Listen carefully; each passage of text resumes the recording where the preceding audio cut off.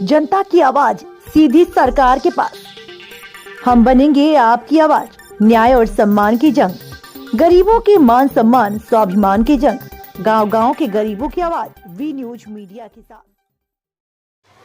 उत्तर प्रदेश राज्यपाल आनंदीबेन पटेल पहुंचे मिर्जापुर। दो मुहैया तिराहा पर लगे स्वतंत्रता संग्राम सेनानी जूरी बिंद की प्रतिमा का किया अनावरण। थोड़ी देर में पहुंचेंगी राज्यपाल ITI कॉलेज ग्राउंड, जहां विभिन्न योजनाओं में वितरण के कार्यक्रम में होंगी शामिल। अनुप्रिया पटेल फाउंडेशन की मदद से जनपद के प्रत्येक विद्यालय की मेधावी छात्राओं को वितरण करेंगी साइकिल। RK विश्वकर्मा, प्रदेश संपादक महेंद्र कुमार विश्वकर्मा, तहसील रिपोर्टर मीडिया मित्र वाजिद अली की खास रिपोर्ट। लेकिन मेरी बेटी को मुझे पढ़ाना चाहिए, ये विचार कहां से आया? ये विचार तब आया कि जब भारत में स्वयं सहायता समूह का गठन, महिलाओं को एकत्रित किया गया, उसका समूह बनाया, वे लोगों ने बचत इकट्ठा किया, बैंक खाते में जमा किया। इसके बाद राज्य सरकारों ने थोड़ी रकम दी और इसके बाद उसको ट्रेनिंग दी गई और आज वही महिलाएं अपना कारोबार चलाती हैं। वो तो आत्मा भारत, वही आत्मा भारत है मित्रों। हर महिला आत्मनिर्भर बननी चाहिए। इस दिशा में जब ये काम हो रहा है, तब स्वयं सहायता समूह को ये पता चला, हमें भी पता चला कि हम भी कुछ कर सकते हैं, हम भी कुछ कर सकते हैं, हम भी आत्मनिर्भर बन सकते हैं। और आज जब मैं जनपदों में जाती हूँ और ये महिला स्वयं सहायता समूह को देखती हूँ, उनके द्वारा बनाई गई जो चीजों का डिस्प्ले होता है, प्रदर्शन लगाया जाता है, वो जब मैं देखती हूँ तब मुझे लगता है कि अब सचमुच में भारत विकसित हो रहा है। क्योंकि जब महिलाएं विकसित होती है ना, तब भारत विकसित होता है।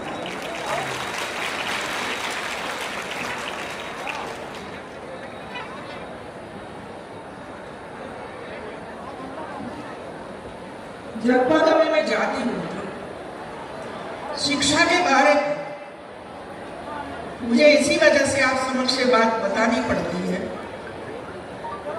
जब मैं प्राइमरी स्कूलों का विजिट करती हूँ, तब वहां ज्यादा से ज्यादा लड़कियां दिखाई पड़ती हैं और लड़के कम दिखाई पड़ते हैं। जब मैं पूछती हूँ कि भाई ऐसा क्यों है, लड़कियां ज्यादा है शासकीय स्कूलों में, सरकारी स्कूलों में, और लड़के डाल दिया हम पहले। तो मुझे बताया जाता है कि मैडम, जो सरकारी स्कूल में फी नहीं होती है और इसी वजह से हमारे लड़कियां ज्यादा से ज्यादा सरकारी स्कूल में दाखिल होती है और हमारे लड़के तो जो हमारी बड़ी बड़ी स्कूल होती है, प्राइवेट स्कूल, जहाँ बड़ी फी ली जाती है, ज्यादा फी ली जाती है, वहां जाते हैं। मैंने सोचा कि तो बात ठीक है, लेकिन मैं आपको बताऊं, जब मैं यूनिवर्सिटी में दीक्षा पिछले 5 साल से उत्तर प्रदेश में शुरू हुआ है। मैं पहली बार जब राज्यपाल बनकर इधर आई और प्रधानमंत्री जी को मिलने के लिए गई थी, आभार व्यक्त करती थी, और मैंने पूछा कि राज्यपाल के रूप में क्या करना चाहिए, क्योंकि वो कहते हैं ना कि तो संवैधानिक पोस्ट है, संविधान की पोस्ट है, इधर उधर नहीं हो सकते। मैंने कहा तो मैं इसी तरह तो काम नहीं कर सकती। सिर्फ राजभवन में बैठे बैठे मैं 3 बार भोजन करूं और राजभवन में घूमती रहूं, ये तो होगा ही नहीं। तो उन्होंने मुझे बताया, जो काम मैं गुजरात में करती थी, वही काम आप उत्तर प्रदेश में करो, वही मुझे सूचना दी। उत्तर प्रदेश में जो काम करता है, वो गुजरात में जो आप काम करते काम का शुरू किया और वो काम सबसे पहले शुरू किया टीबी वाला। आज देखा ना टीबी वाले बच्चे, कितने बच्चे हैं टीबी वाले, कैसे पढ़ सकते हैं ऐसे टीबी वाले बच्चे। हमारा सबका दायित्व है कि हम एक एक बच्चे को गोद ले और 6 महीने तक उसके पीछे रहेंगे, उसका खाना अच्छी तरह से हो जाएगा, उसको खाने के लिए मूंगफली, चना, गुड़, सत्तू और कई फ्रूट्स मिलता है, तो 6 महीने में वो टीबी मुक्त हो जाता है। और हमारे प्रधानमंत्री जी ने कहा है 2025 तक भारत को टीबी मुक्त बनाना है। क्या आप ऐसे बोल सकते हैं? मैं भाषण करके चली जाओ, प्रधानमंत्री भाषण करके चले जाए, अनुप्रिया पटेल भाषण करके चली जाए, तो क्या 2025 तक भारत टीबी मुक्त हो सकता है? नहीं हो सकता। हम सब मिलकर काम करेंगे, एक एक ऐसे मरीज को हम गोद लेंगे, चाहे डीएम हो, कलेक्टर हो, चाहे संयुक्त सचिव हो, कोई भी हो, सबने काम करना पड़ेगा, जनप्रतिनिधियों ने भी काम करना पड़ेगा, तो ही ये काम हो सकता है। और आज मुझे खुशी है कि राजभवन के माध्यम से पूरे उत्तर प्रदेश के सभी जनपदों में हम लोगों ने जो अभियान चलाया, इसके लिए आज पूरे उत्तर प्रदेश में लगभग 3 लाख से ज्यादा मरीज स्वस्थ हो चुके हैं मित्रों। ये इसका परिणाम है। आज भी ऐसे ही किट कई बच्चों को दी गई थी और आगे भी ये काम चलता रहेगा और चलता रहेगा। इतना ही नहीं, करना ही पड़ेगा सबको। यूनिवर्सिटी में लाकर दिखाएं कि ये हमारी यूनिवर्सिटी है, आप अच्छी तरह से पढ़ोगे तो ये यूनिवर्सिटी में आपका प्रवेश हो जाएगा और आगे आप बढ़ेंगे। हम लोगों ने तो एक पार्टीशन बना दिया, आंगनवाड़ी अलग, 1 से 5 कक्षा अलग, 6 से 8 अलग, 8 से 10 अलग, 9 से 10 और 11 से 12 अलग। क्या है भैया ये सब? एक कंटिन्यूअस शिक्षा है, इसमें कोई हिस्सा नहीं होना चाहिए मित्रों, और सबको मिलकर काम करना चाहिए।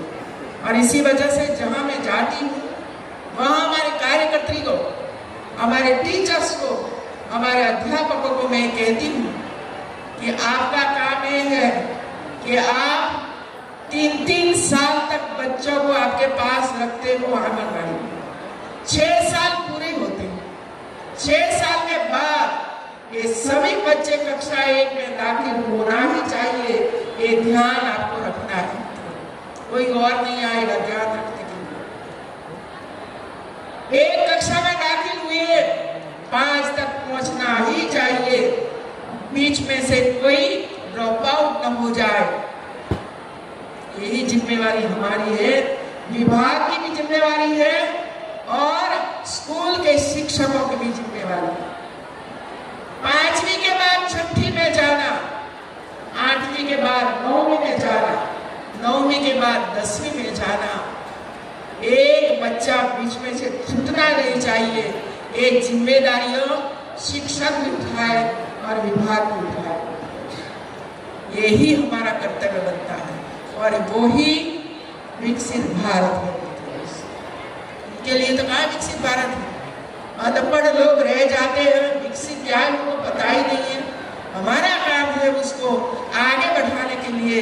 और जब एक बच्चा 10वीं तक पहुंच जाता है, फिर किस करने की जरूरत नहीं होती, वो स्वयं अपना मार्ग तय कर लेता है। तो ये काम हमारे टीचर्स को करना है। कल मैंने वाराणसी में 565 आंगनवाड़ी को, एक आंगनवाड़ी में 30,000 की किट देकर आई और ये सब काम वहां के हमारे सीडीओ, हमारे जिला के अधिकारी सबने मिलकर किया है। आज भी जो इधर दिया गया है, चाहे दिव्यांग बच्चों को दिया गया, चाहे महिलाओं को दिया गया, चाहे बेटियों को साइकिल के रूप में दिया गया, स्वयं सहायता महिलाओं को दिया गया और आंगनवाड़ी महिलाओं को बच्चों के लिए दिया गया। प्रायोरिटी में होता है पीडब्ल्यूडी, प्रायोरिटी में होता है उद्योग, प्रायोरिटी में होता है होम डिपार्टमेंट। और आज हम ये कहते हैं कि भारत को विकसित बनाना है और विकसित भारत की नींव रखनी। तो आज के जो हमारे आंगनवाड़ी में जो बच्चे हैं, वो बच्चों को हम हेल्थ के क्षेत्र में अच्छे नहीं बनाएंगे, शिक्षा के क्षेत्र में अच्छे नहीं बनाएंगे, योग जैसे कार्यक्रम करके उनका स्वास्थ्य अच्छे नहीं बनाएंगे और उसके विकास के लिए हम प्रयास नहीं करेंगे, तो आने वाले 25 साल उसके कंधे पर देश का विकास की जिम्मेवारी उनके पास आने वाली है। वो तो हम भूल जाते हैं। आंगनवाड़ी हो, प्राइमरी स्कूल हो या सेकेंडरी स्कूल हो, वही बच्चे हैं जो आने वाले 25 साल में यही उम्र वाले होंगे जो भारत को विकसित बनाने के लिए आगे काम करेंगे। हम नहीं कर सकते, आज हम हैं कल नहीं होंगे। ये 25 साल में वही बच्चे बड़े होंगे और वही बच्चे आज जो हमारे प्रधानमंत्री ने जो नींव रखी है, वो नींव को ऊपर बिल्डिंग बनाने के लिए, अच्छा भवन बनाने के लिए जो काम करेंगे, वो आज के छोटे छोटे बच्चे करने वाले हैं। और इसी वजह से इस पर ध्यान देना जरूरी है। और इसके लिए आपने जो काम किया, आंगनवाड़ी में बच्चों को खेलने के लिए, बैठने के लिए, लिखने के लिए, कुछ न कुछ आकार बनाने के लिए, जैसे इसके नैसर्गिक शक्ति का विकास हो, सृजनात्मक शक्ति का विकास हो, ऐसे छोटे छोटे काम उनके माध्यम से हम करवाएंगे तो वो बच्चे आगे बढ़ेंगे।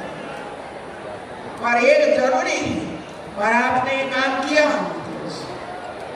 मैं जब से भी इधर आई हूँ मध्य प्रदेश को, यूपी में यूनिवर्सिटी, कॉलेज और आंगनवाड़ी, इनको साथ में जोड़ा। हमें भूल गए कि आंगनवाड़ी से लेकर एक चैनल बननी चाहिए यूनिवर्सिटी। सबकी जिम्मेवारी है। हमारी जितनी यूनिवर्सिटियां हैं, वो अपने कैंपस में से कभी भी बाहर नहीं निकलते हैं। 2 लेक्चर लिया, चले जाओ, काम खत्म। ये नहीं चल सकता। उनको भी आंगनवाड़ी में जाना पड़ेगा और आंगनवाड़ी में जाकर बच्चों को कुछ न कुछ सिखाना पड़ेगा और वहां के बच्चे कुरुक्षेत्र को टीबी मुक्त बनाना है और ये बनाना ही पड़ेगा। इसके बाद मैंने अभियान शुरू किया आंगनवाड़ी का, कि आंगनवाड़ी में बच्चों को खेलने के लिए, बैठने के लिए, लिखने के लिए कोई ना कोई साधन मिलना चाहिए। तो सबसे पहले मैंने यूनिवर्सिटी को जोड़ा, इसके बाद प्राइवेट स्कूलों के कॉलेजों को जोड़ा और धीरे धीरे करके आज कई एजेंसियां आगे आ रही है जो ऐसी किट का वितरण कर रही है और आंगनवाड़ी को भी सशक्त बनाने के लिए, सुविधा सभर बनाने के लिए वे लोग आगे आ रहे हैं। थोड़ा सा